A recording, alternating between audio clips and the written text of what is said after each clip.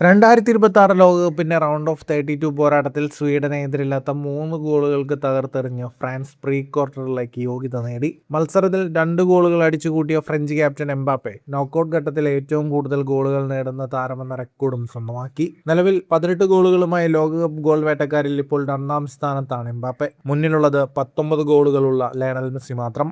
Group ഘട്ടത്തിലെ മിന്നും form നോക്കൌട്ടിലും തുടർന്ന ഫ്രാൻസ് ആദ്യ പകുതിയിൽ സ്വീഡൻ ഗോൾ മുഖത്ത് ആക്രമണങ്ങളുടെ ഒരു കൊടുങ്കാറ്റ് തന്നെയാണ് അഴിച്ചുവിട്ടത്. ആദ്യ പകുതിയിൽ മാത്രം 15 തവണയാണ് ഫ്രാൻസ് ഗോൾ ശ്രമങ്ങൾ നടത്തിയത്. എംബാപ്പയുടെ ഒരു ഷോട്ട് പോസ്റ്റിലിടിച്ചു മടങ്ങിയപ്പോൾ മൈക്കൽ ഒലീസയുടെ ഒരു ബൈസിക്കിൾ കിക്ക് നിർഭാഗ്യവശാൽ ബാറിലിടിച്ചു തെറിച്ചു. ഒടുവിൽ ആദ്യ പകുതിയുടെ അവസാന നിമിഷത്തിൽ ഫ്രാൻസ് കാത്തിരുന്ന ഗോളെത്തി. ഷോട്ട് കോർണറിൽ നിന്ന് പന്ത് സ്വീകരിച്ച് ബോക്സിലേക്ക് ചടുലമായി കയറിയ എംബാപ്പെ ഒരു പവർഫുൾ ഷോട്ടിലൂടെ സ്വീഡൻ വലയുടെ കോണിലേക്ക് പന്ത് എത്തിച്ചു. 2ാം പകുതിയിലും ഫ്രഞ്ച് പട ഒട്ടും വേഗത കുറച്ചില്ല.